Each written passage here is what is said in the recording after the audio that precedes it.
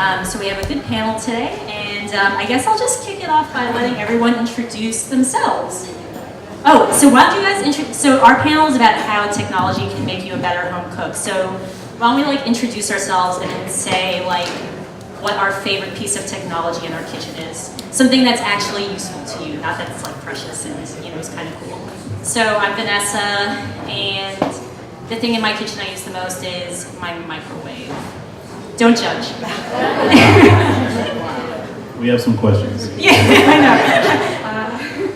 Hi, I'm Suzanne D'Amato. I'm the editor-in-chief at Food 52, and my favorite piece of tech in my kitchen is my digital thermometer.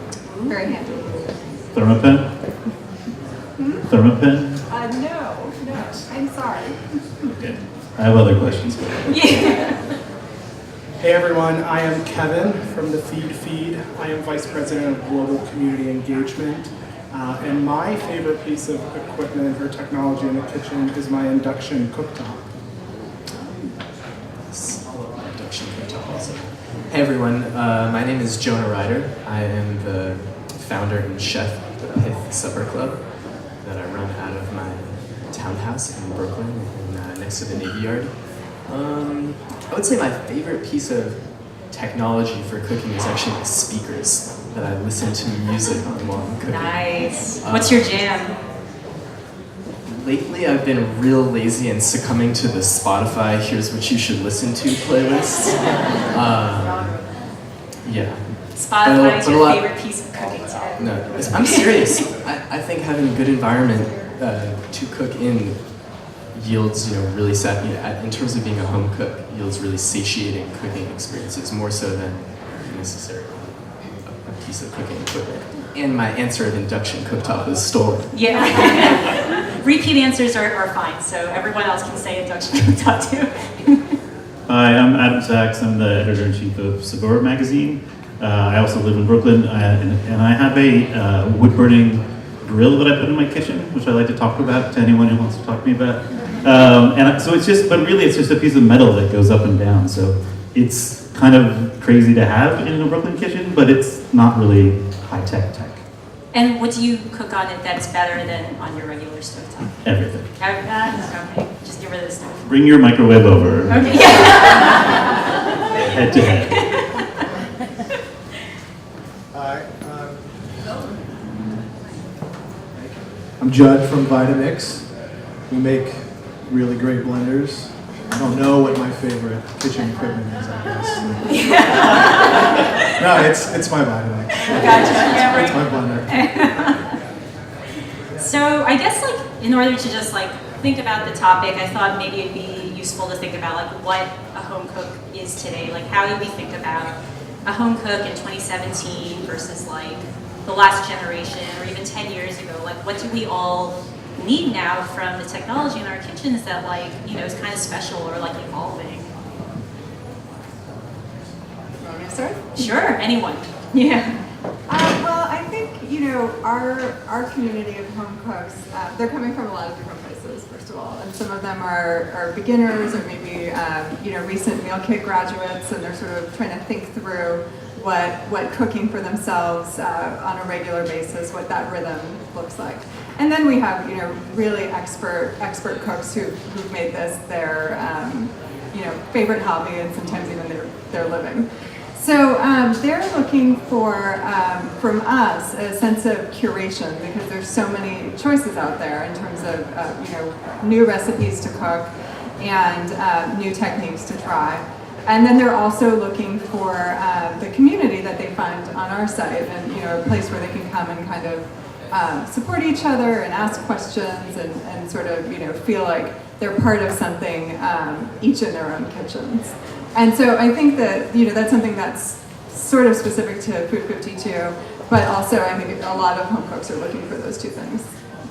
And that's something we talk about a lot, as well as social media kind of coming into the kitchen, especially now that I think home cooking is, if you look back probably 20 years ago, it was probably a lot more like getting food on the table for your family. And now I think there's a much younger generation that doesn't necessarily have kids, but they like to cook more for a social aspect and having people at their homes and bringing people around their table to create the memories.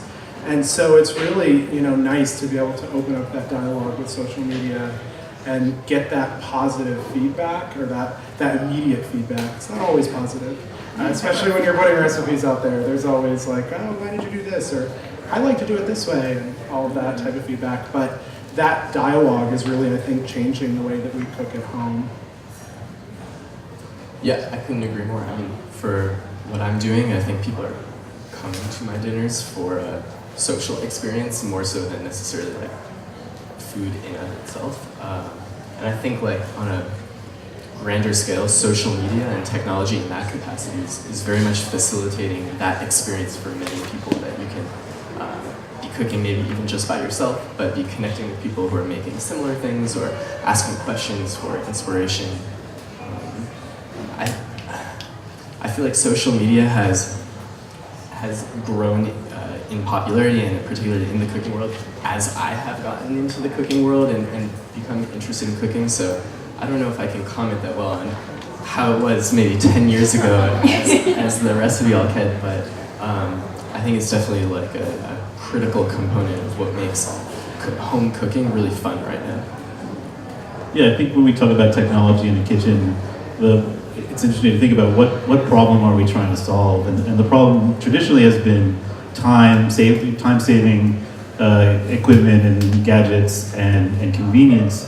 And I think it's a strange question in some ways, because if you're a reader of Saveur, or you're a user of if you go to your dinners or you use any of our media, you're not trying to not be in the kitchen. You choose to be there because you enjoy it, and you just want technology to either make a better environment for you, find inspiration, or, I think we're all waiting for essentially a sort of automated sous chef. I would like to, sometimes I like to cut onions, but sometimes I would like to be doing the other stuff. So it'd be nice if technology could sort of help us instead of trying to replace tasks that I think for a lot of us we're happy to do. Like what? Like what's a task that you don't need replacing that you recently after cutting 1 or 2 onions, I'm sort of done cutting onions. Have you seen those goggles?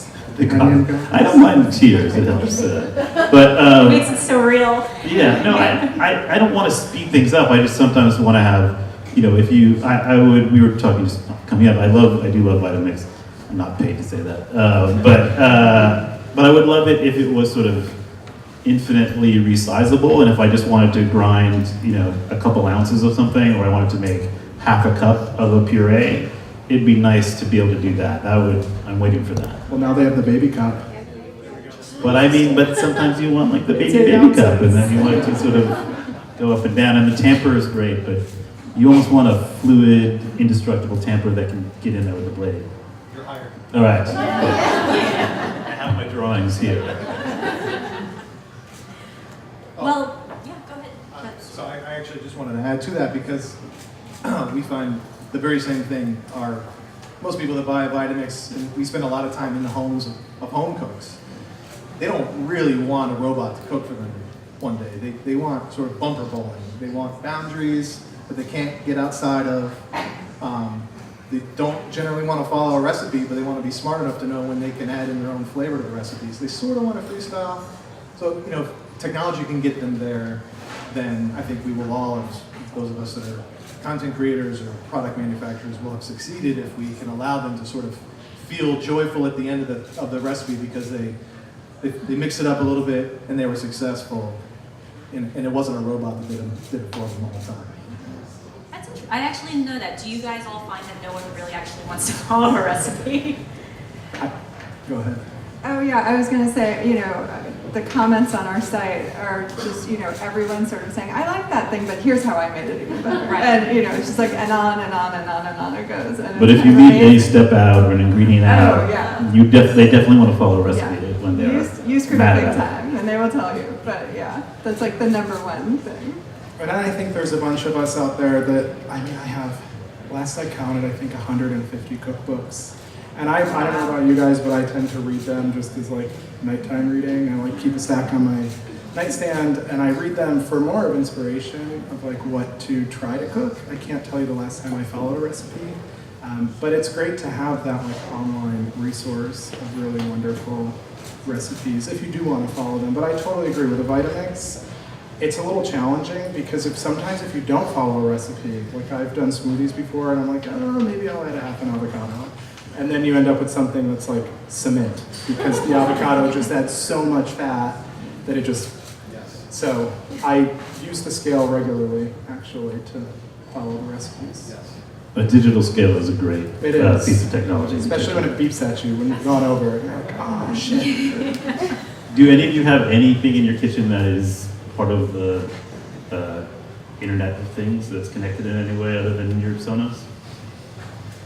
I don't. It's funny actually. On Monday, I'm getting a new oven in my kitchen that has a Wi-Fi connectivity, so you can control your oven from your phone, which was not the reason behind the purchase. But I'm curious how that's going to impact my cooking, if at all.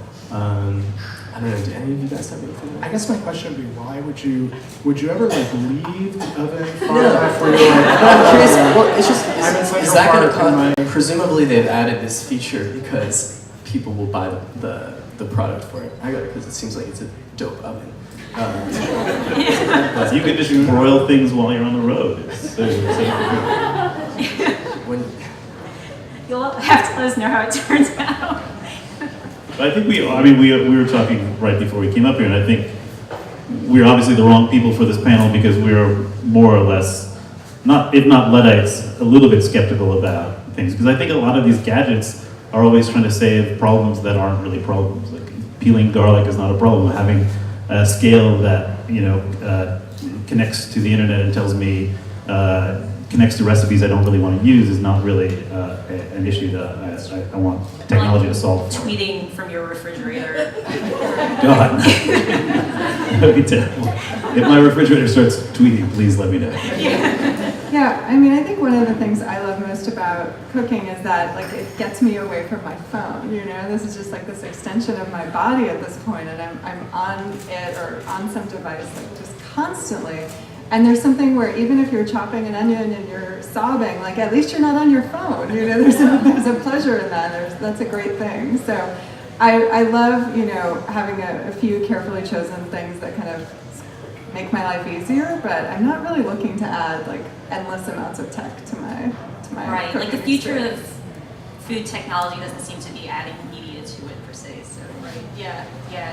I mean, if anything, it's maybe about, making the things you already do, because there's, I feel like there's a lot of tradition and like therapy when you cook, and it seems like a lot of like the successful technology either makes your life easier or kind of like plays up some of those other benefits. I think there's something where there's a balance between those two things.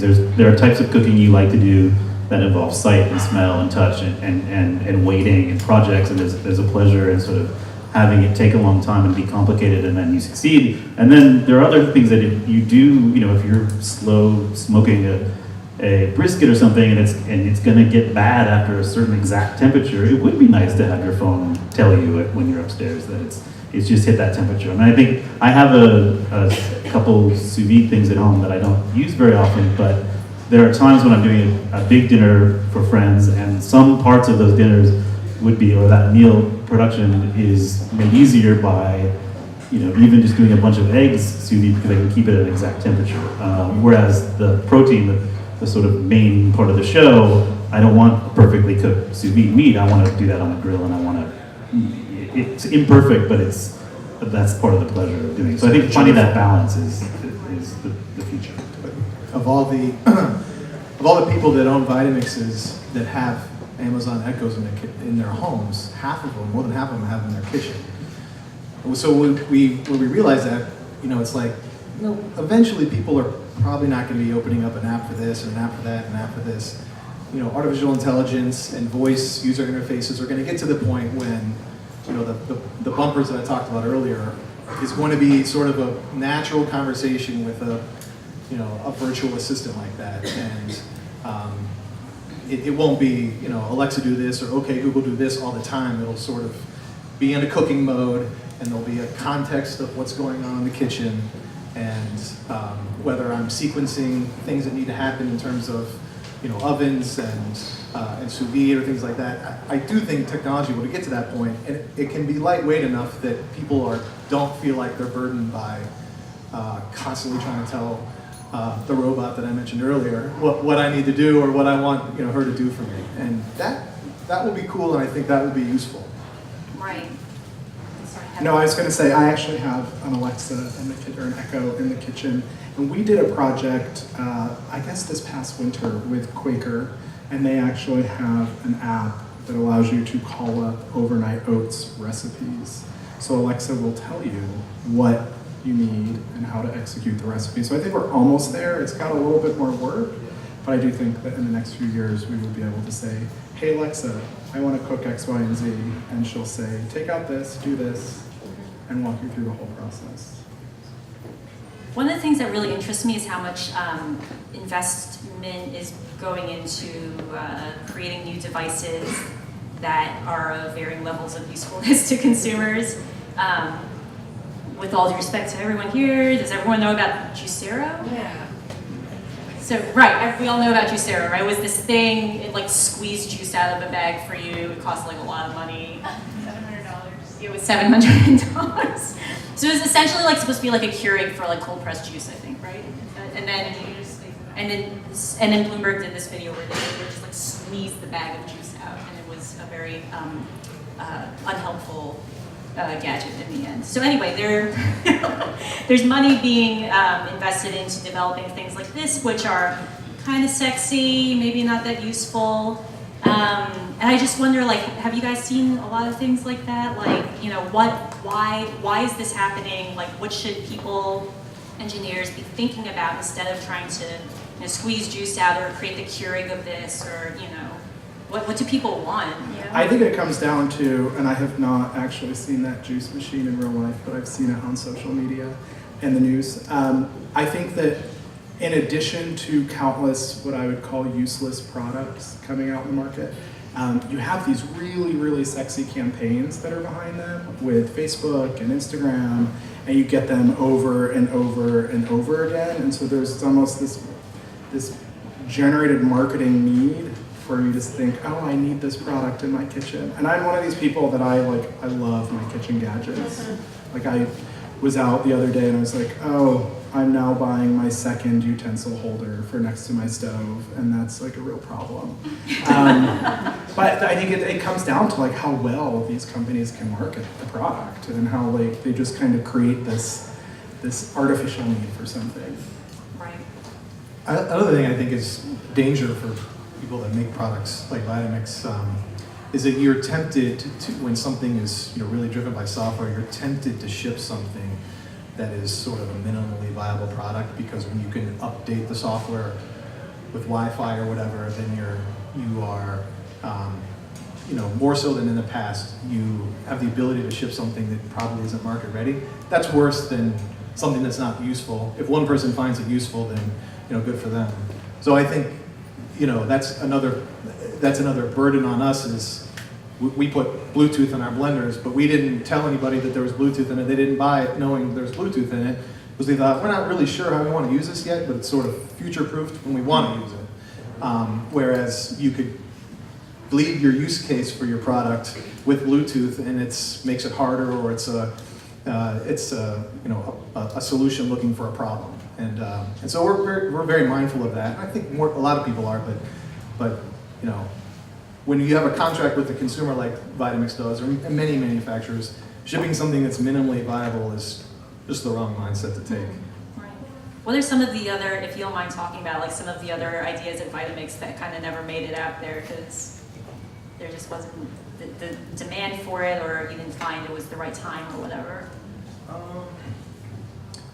Well, we never really had any failures. Well, we started out with working on a project for a smart scale that was quite a bit more expensive than the one that we actually have on the market right now, and the product didn't actually work as a scale. It all was driven through the app, and what we found from people is like, yeah, if I buy an expensive scale from you that helps me cook, I also want to use it as a kitchen scale. And it's like, yeah, duh, right? So The product we have now has, you can use it as a kitchen scale, I can use it as a connected product, but even the Juicero, I don't necessarily think that was not useful. It might have been just the wrong channel, because if someone can go to a gas station and get a freshly pressed juice instead of a milkshake, that's probably better. But I think there's a eyes on the prize of the consumer market. It's so much bigger than commercial. It's harder to get into convenience stores and things like that. So it might have been marketed better in like a food service outlet, you think? Yeah, maybe.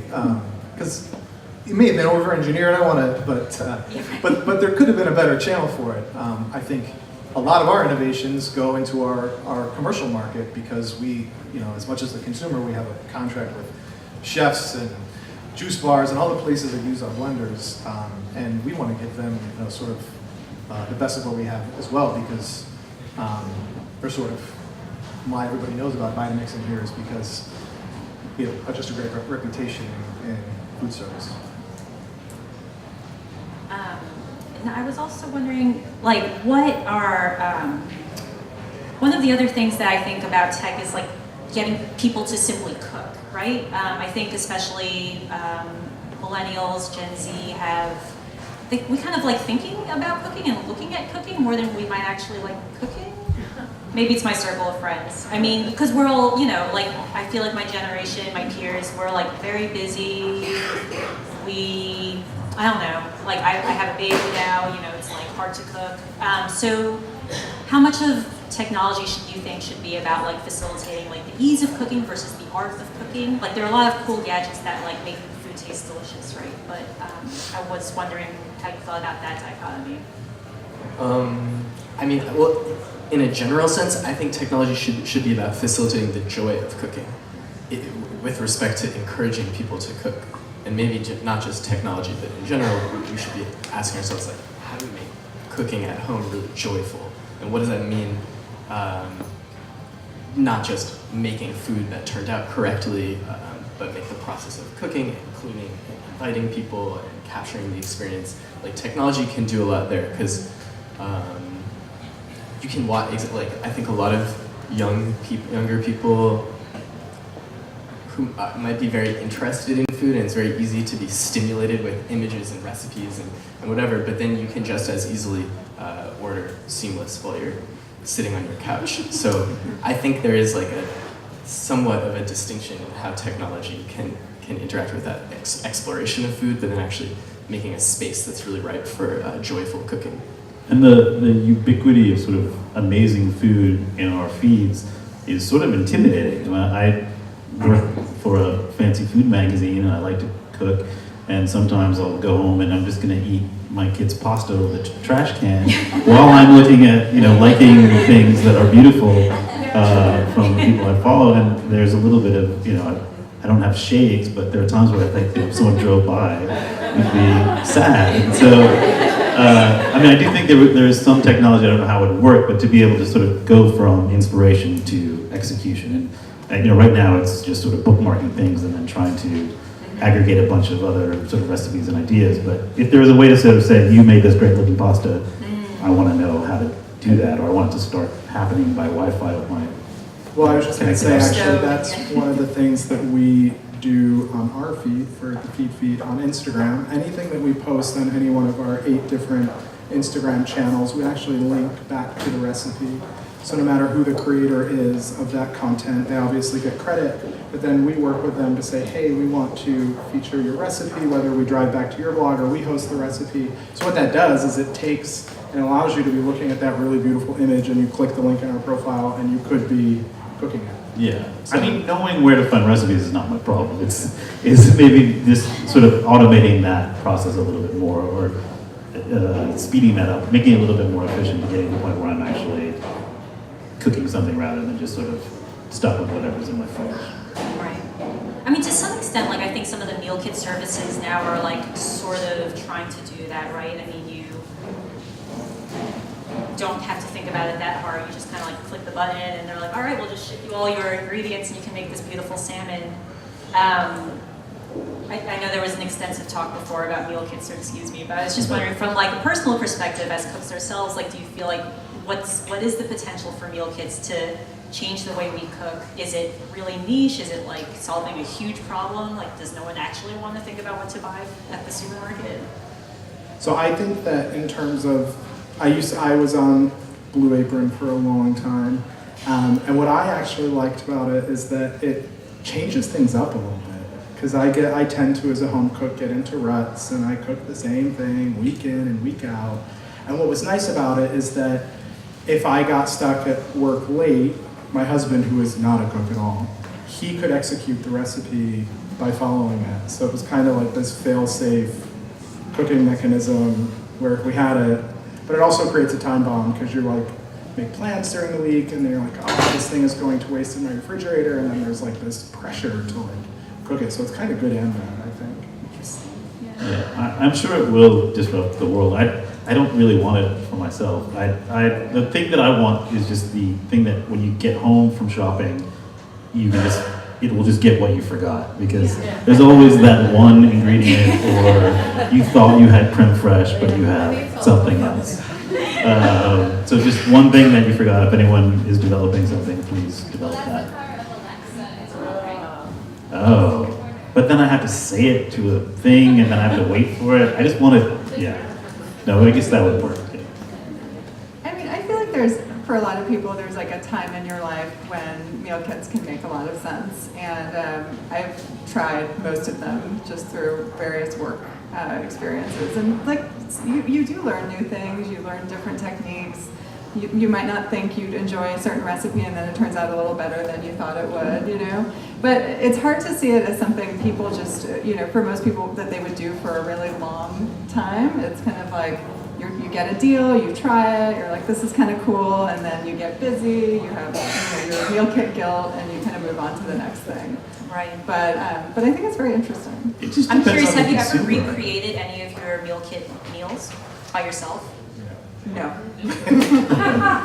It Is depends Kevin on the Kevin's like right? freaking out? I think it depends on the consumer. I mean, I like the idea of driverless cars because I don't love driving. But if I was an automotive enthusiast, the idea of taking away the thing that gives me pleasure and is my escape would not be a feature that I would be super excited about. So it will obviously, I think, disrupt how and in the ways that people get food into their homes and cook. But I think for a lot of us who really love being in the kitchen and doing things there, it's not really tailored for us necessarily. Mm-hmm. Yeah. Have you tried it, Jonah? No, I think meal kits are dumb. But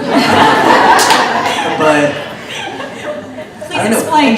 Well, I thought what Adam said was very valuable. I mean, it doesn't really matter what I think on some level because I didn't say that, but you. No, but many of us, we're all like super passionate about finding new ingredients in a market and fooling around with it. All the friends I know my age who are getting into cooking, I don't know anybody who's done a meal kit, to be honest. I seriously can't think of a single friend of mine who's done it. So maybe, and I'm not just hanging out with cooking enthusiasts. I think,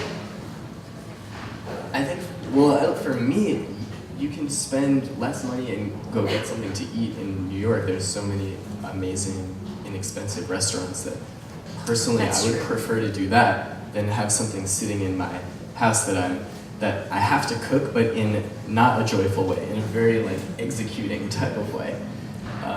Right, gotta get through that subscription or whatever. Yeah. You mentioned having a kid. I have little kids, and when they were really little, someone gave us a thing that I'm now forgetting the name of, which maybe you have, which is a combination mini food processor and steamer. The Biaba. Yes. I love read a this. lot of Williams Sonoma And I had, adult-size food processors, and I had adult-size, living in Chinatown at the time, I had huge steamers. But this was that piece of technology, which was really just sort of a combo of two things that you already have, was super convenient, and I loved it, and I use it all the time. So I think there are ways where I would hope that people who are devising new technology for the kitchen are thinking about solving specific, actual real-world problems, and not, no offense to your dope oven, like, adding technology that maybe we don't need, and maybe you don't need it until you get it. So obviously, I don't know what I'll need, but I think Right. if you can think about ways to make joy is a great word. Make cooking in the kitchen more joyful. Make maybe more efficient so you can spend time on the stuff you do like.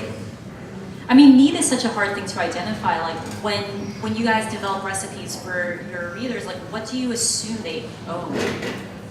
Like, because you can cook and make a lot of delicious food with like very basic, technologically, like zero technology almost appliances. So yeah. Yeah, we take a very basic, low-tech approach in the recipes and really try to talk about like the bare minimum that you need to make these things. Like I would say a food processor, a blender, like those types of things. And if Food we're doing thermometer? something, Food thermometer? food for the, yes, always, always.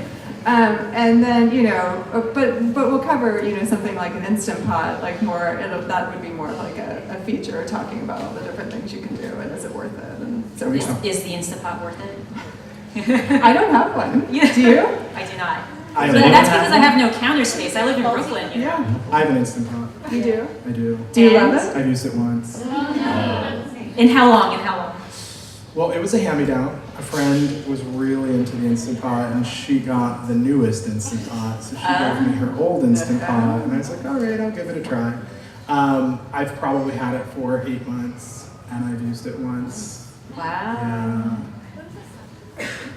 I mean, our story on it, we had our food writer, recipe developer make, you know, 20 different things in it, and it was sort of like you can make 20 things kind of not that well, you know, but you can make so many of them. Like, but is that really the end game, you know? Kevin, what was your experience? Why didn't you end up using it again?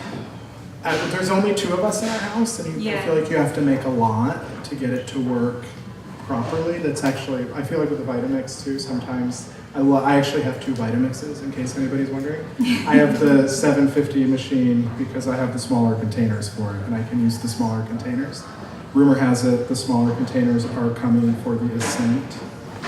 So, Yes. so for me, it's a lot. Like I grew up in a big Italian American family, and so I don't know how to cook things small. Like when I was 22, I bought my first Le Creuset. Well, my cousins gave me a Le Creuset. They gave me like a 2.5 quart one, and I was like, what the hell am I going to do with this thing? So I took it back and I got a 7.75 quart one, like a proper pot.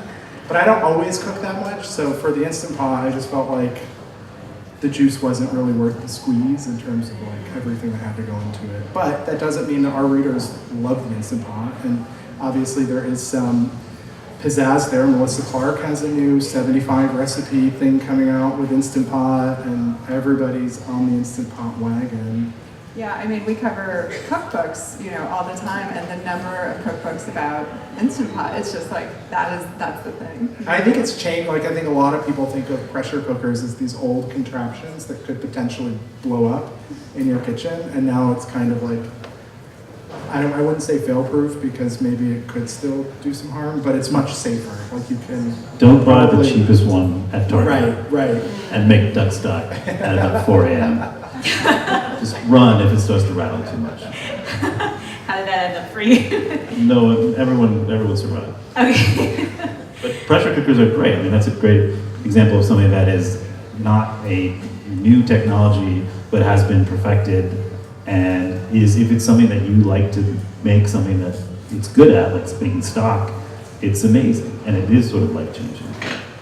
I have a free idea for everyone. Please, someone do this, because Vitamix hasn't done it yet.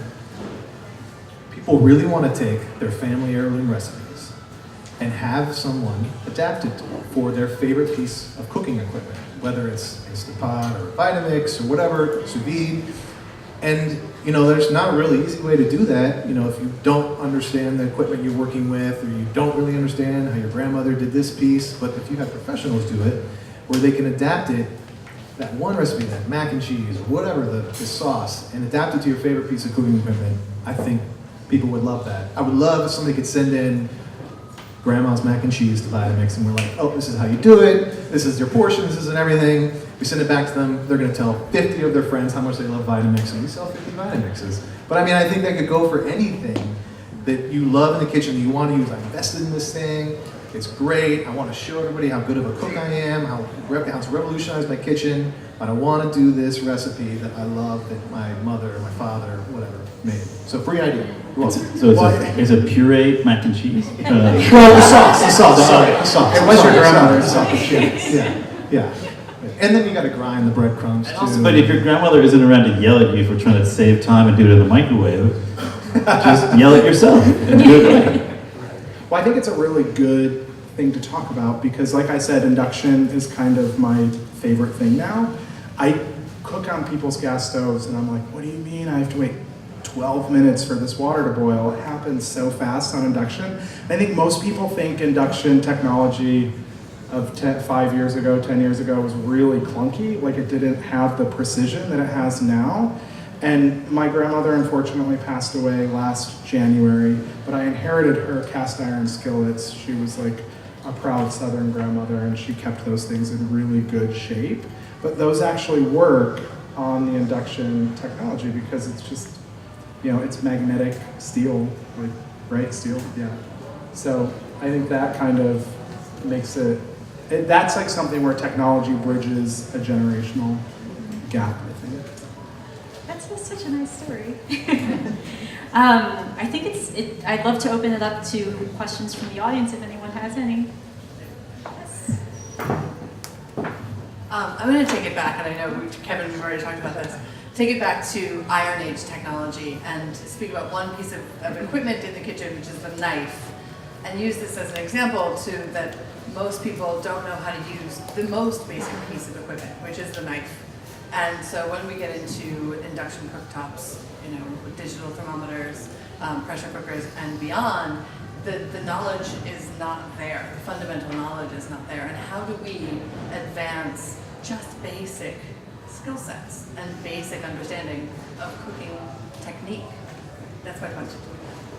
I mean, a knife that was self-sharpening or a sharpening system that was somehow sort of more modern than the ones we have, I think would be amazing because probably, yeah, much more dangerous than a pressure cooker or putting something bad in the microwave is just having a dull knife.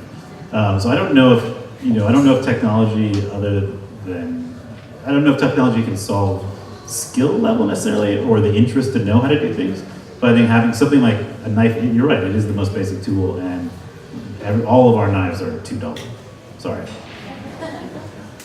So I think that in terms of, you know, we talk a lot about the meal kits and I feel like all of the technological solutions that are coming to the market are to try to bridge that fundamental gap of skill set. I can chop things very well, I can chop them efficiently, I have an arsenal of sharp knives. But I probably don't do it right, like I don't hold it right, but I have my own system that allows me to get it done fast. But I do think that, like, especially with, you know, kids in elementary school, middle school, and high school now, like home ec doesn't exist anymore, right? Like we were just talking about this earlier, like they've gotten rid of it. My favorite class, they did teach us how to make cake in the microwave, by the way, in 7th grade.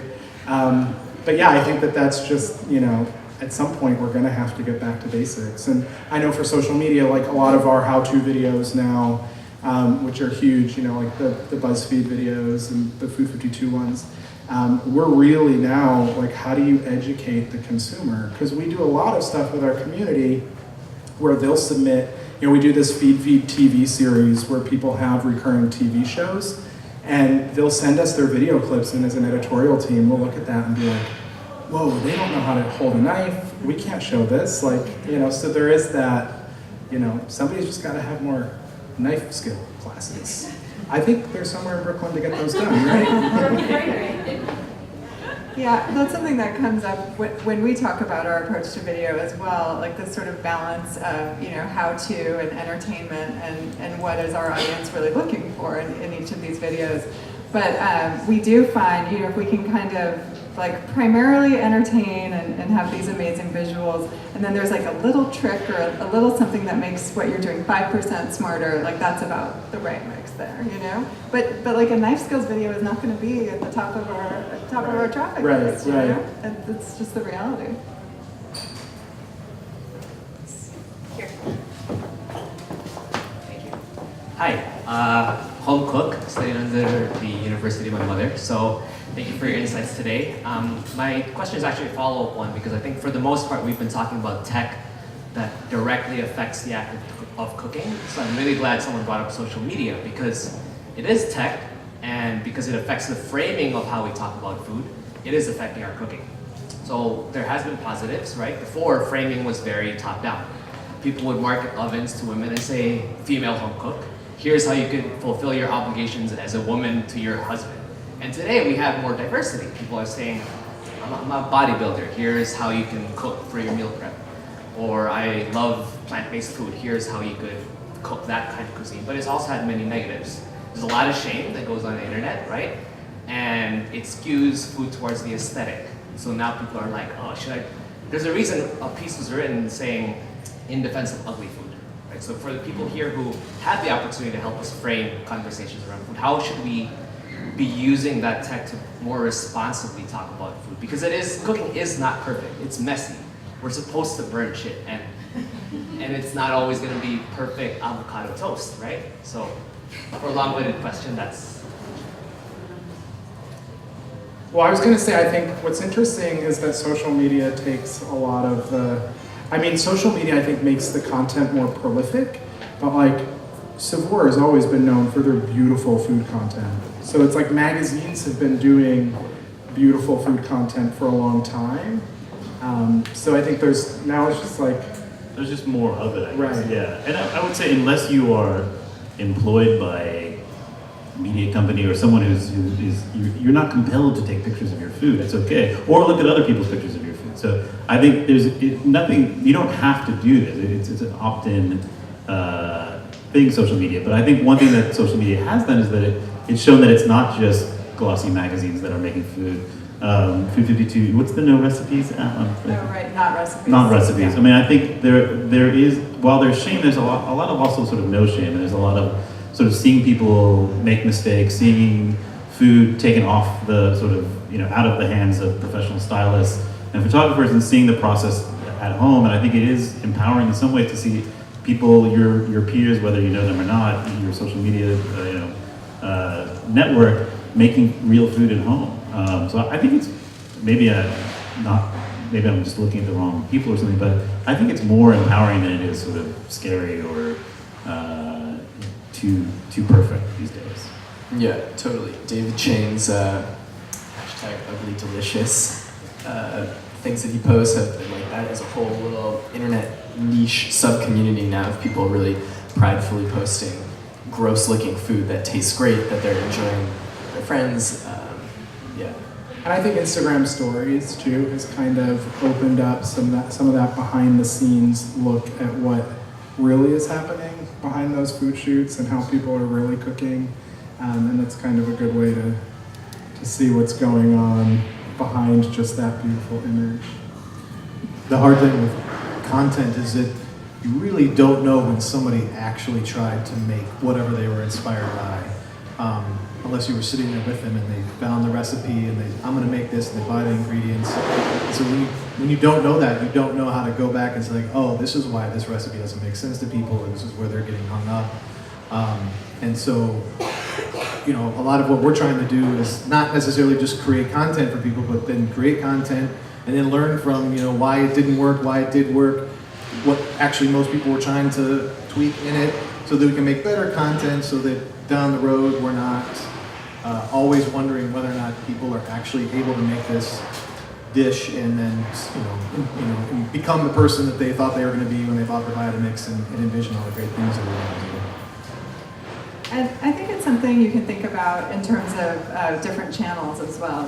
For us, like Instagram is certainly where these like really beautiful images live. But then in Facebook, we have these, different groups, our cookbook club and our baking club, where it's really about like a group of people cooking a certain book each month.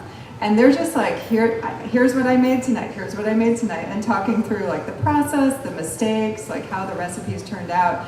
And it's this really supportive kind of smaller thing that we do. And I think a lot of brands kind of, are thinking through their strategy in that way where, this place is about this, but then is there a different place that's about kind of taking a different beat with the recipes?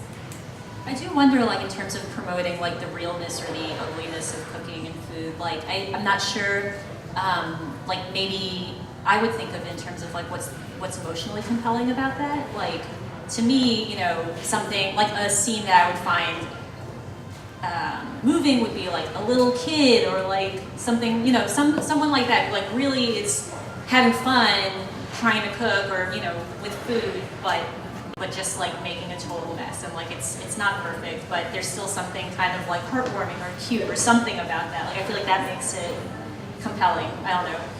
Sorry, I hope that doesn't sound like propaganda, but like, does anyone else have any questions? I can be loud. Thank you all for being here today and sharing with us. So my question is about the future of home cooking and hydroponics. Do you think every kitchen is going to have one of those towers behind you in it? How do you see kind of that intersection playing out?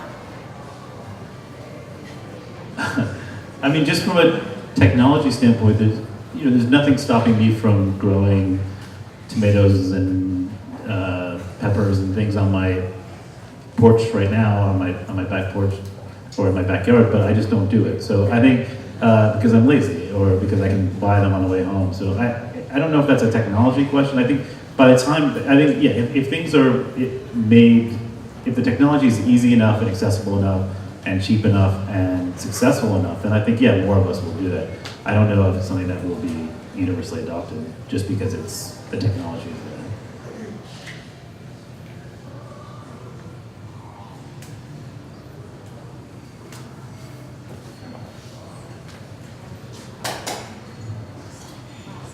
Hi. So just curious, because I think with a lot of home cooking comes social responsibility, and just wondering if you guys compost at all, and if there are any futuristic type of composting tools that you think would help you in the future.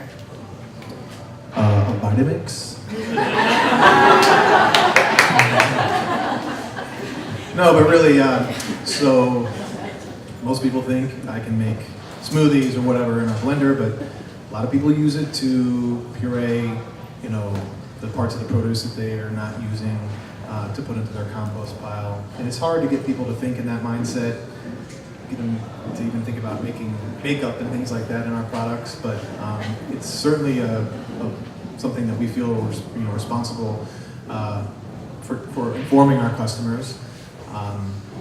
But there is a movement, and we're happy to be a part of it, especially on the professional side of zero food waste and using everything in the produce. And certainly when you can blend it up and puree it and make a great puree or sauce or something, we feel like we're a part of that.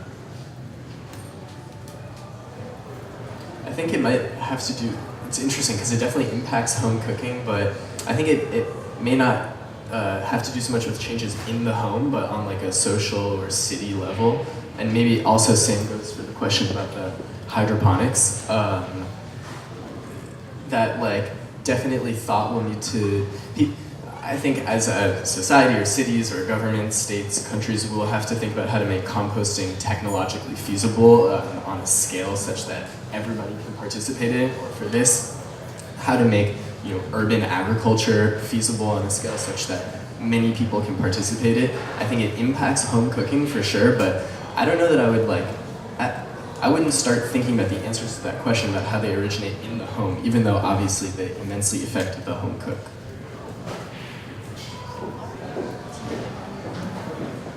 Our time's up. Thank you guys so much for everything, and I hope you guys